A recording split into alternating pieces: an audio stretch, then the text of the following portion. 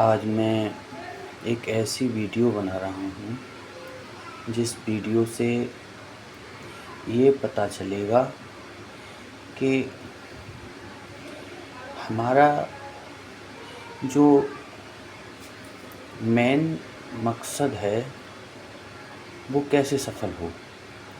और इस वीडियो के द्वारा ये पता चलेगा कि हमारे धर्म में कुरीति किस जगह पे है और किस जगह पे अच्छाई है। मैं कभी भी बात करता हूँ तो मैं किसी जाति की, वर्ग की या किसी व्यक्ति की बात नहीं करता।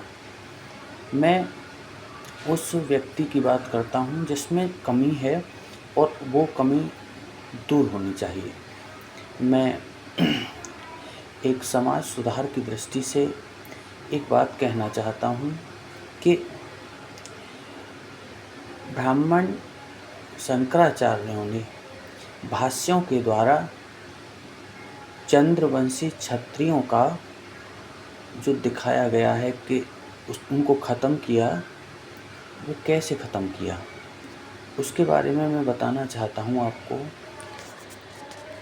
ये जो बताते हैं कि चंद्रवंश ख़त्म हो गया, ये ख़त्म कोई तलवार से नहीं हुआ, ये ख़त्म हुआ विचारों से, कलम से और ब्राह्मण शंकराचार्यों के लिखे गए भाष्यों से।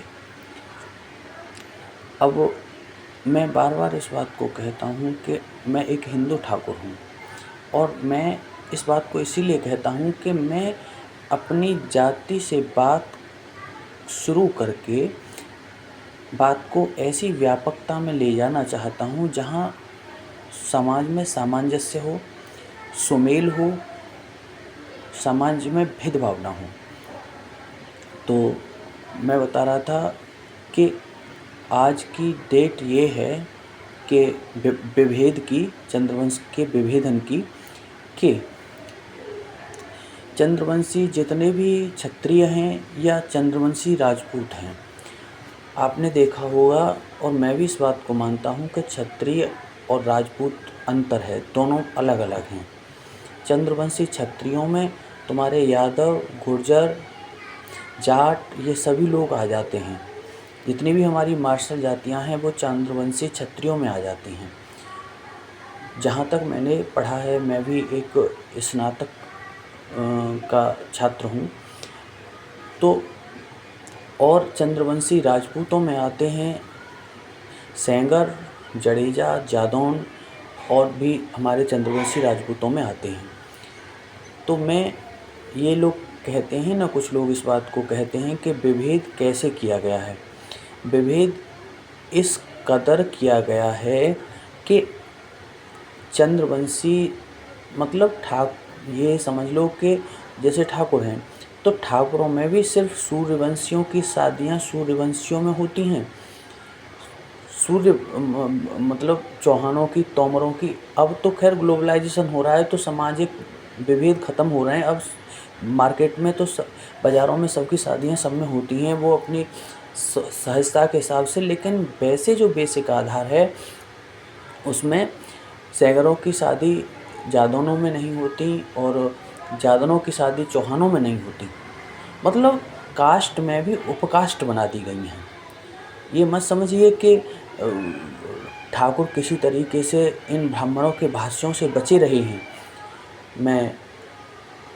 मैंने एक तो ये उदाहरण दिया कि किस तरीके से ठाकुरों में भी बहुत बड़ा विभेद किया गया है कि ये लोग आगे बढ़ के ये न सोच सकें कि सत्य का क्या है और झूठ क्या है।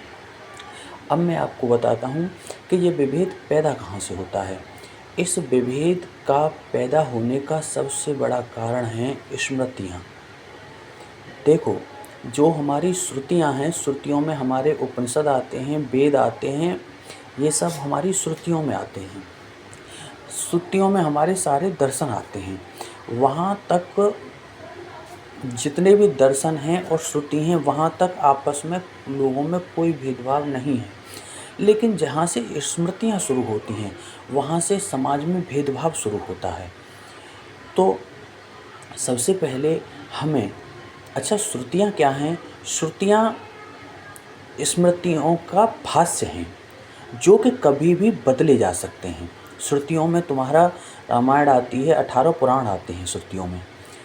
तो श्रुतियाँ भाष्य हैं, स्मृतियाँ भाष्य हैं श्रुतियों की। तो स्मृतियों में हमेशा परिवर्तन होते रहे हैं अपने हिसाब से, और भविष्य में भी होते रहेंगे। और ये परिवर्तन आज की डेट में सिर्फ ब्राह्मण शंकराचार्य ही करते हैं। मेरी बात बहुत ध्यान से सुनिए।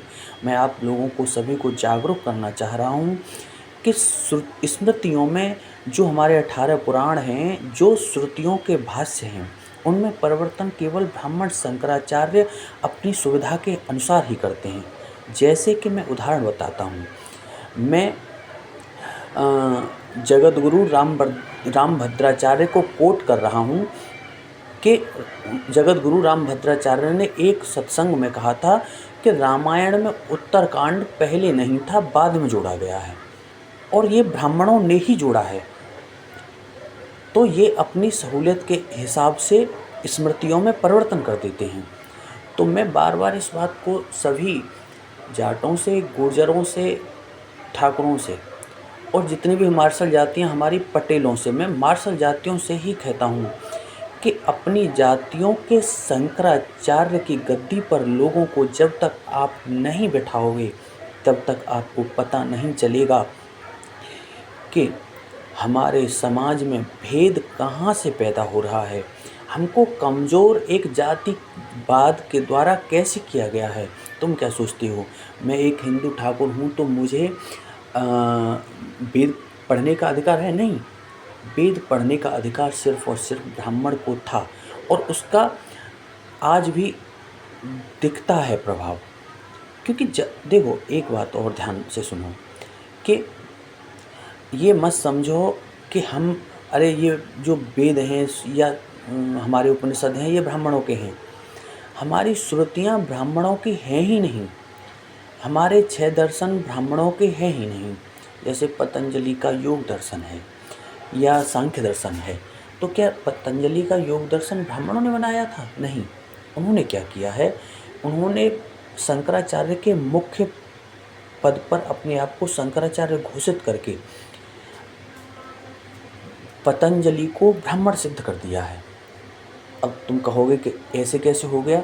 ये जब उन्होंने देखा कि ये उन्होंने एक बार और किया है। मैं सादा सा एग्जाम्पल बताता हूँ। जब रविदास जी थे तो रविदास जी की ख्याति बहुत ज़्यादा फैल गई, तो उन्होंने रविदास को सिद्ध कर दिया कि रविदास जी पूर्व जन्म में ब्राह्मण थे।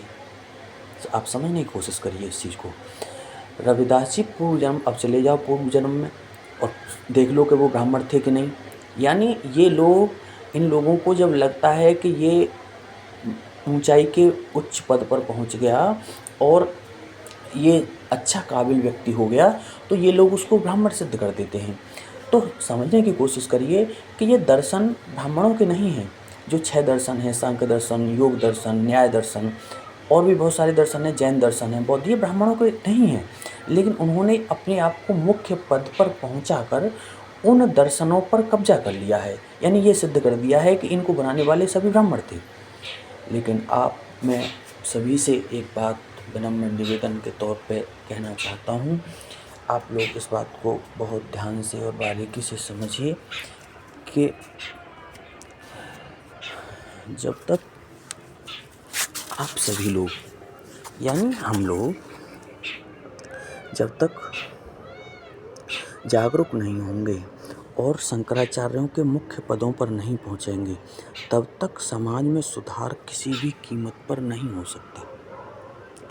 मैं बार बार कहता हूँ और मैं सभी लोगों से कहता हूँ कि सचेत रहिए, सावधान रहिए, अपने दर्शनों का अध्ययन करिए। हमारे 6 हिंदू दर्शन बताए जाते हैं, 6 में से 4 हिंदू दर्शन तो नास्तिक दर्शन हैं। योग दर्शन, सांख्य दर्शन, बौद्ध दर्शन नास्तिक दर्शन है, जैन दर्शन नास्तिक दर्शन है। 2 दर्शन ईश्वर को मानते हैं, योग दर्शन ईश्वर को नहीं मानता। ताज्जुब की बात है। देखो, तो हम लोग नास्तिक आस्तिक, हम समझने वाले और विचार विमर्श करने वाले लोग रहे हैं, और इनको बनाने वाले भी हमारे हर हिंदू जाति से लोग रहे हैं। लेकिन समझिए कि ब्राह्मणों ने सत्ता के, धर्म के मुख्य पदों पर पहुंचकर इन दर्शनों पर कब्जा कर लिया है। कुछ लोग कहते हैं, जैसे मैंने उस दिन पुष्पेंद्र कुलश्रेष्ठ को सुना था, तो वो ये कह रहे थे कि ब्राह्मण पूजता तो क्षत्रियों को ही है मंदिरों में भगवान बनाकर। हाँ पुष्पेंद्र कुलश्रेष्ठ जी, मैं इस बात को मानता हूँ कि ब्राह्मण क्षत्रियों को या राजपूतों को पूजता है मंदिरों में, लेकिन उसका इंटेंशन समझिए। भगवान का मतलब और ईश्वर में बहुत बड़ा अंतर है। ब्राह्मण कभी ये नहीं चाहता कि लोग ईश्वर के बारे में जानें, क्योंकि ईश्वर तो एक अवस्था है। जैसे देवरावा बाबा हमेशा कहते रहते थे अपने मुँह से कि बाबा जी आप कौन सी अवस्था में जी रहे हैं, तो देवरावा बाबा हमेशा कहते थे कि मैं ईश्वरलीन अवस्था में हूँ। तो ईश्वर तो अवस्था है, भगवान का मतलब होता है श्रेष्ठ व्यक्ति। तो ब्राह्मणों ने क्षत्रियों को या राजपूतों को भगवान सिद्ध कर दिया, तो उससे तो उनके कंधे पर रख के बंदूक चलाने का मौका मिल गया ना। धर्म के मुख्य पदों पर बैठे हुए ब्राह्मणों को खुद के कंधे पे तो बंदूक चलेगी नहीं, तो क्षत्रियों के और राजपूतों के कंधों पे बंदूक रख के चलाने का उन्हें मौका मिल गया। और लेकिन उनका इंटेंशन वही है। भगवान बनाने से इंटेंशन चेंज नहीं हो जाता, उनका इंटेंशन अपने आप को श्रेष्ठ से सिद्ध करने में है, और उन्होंने भाष्यों के द्वारा अपने आप को श्रेष्ठ सिद्ध कर भी रखा है।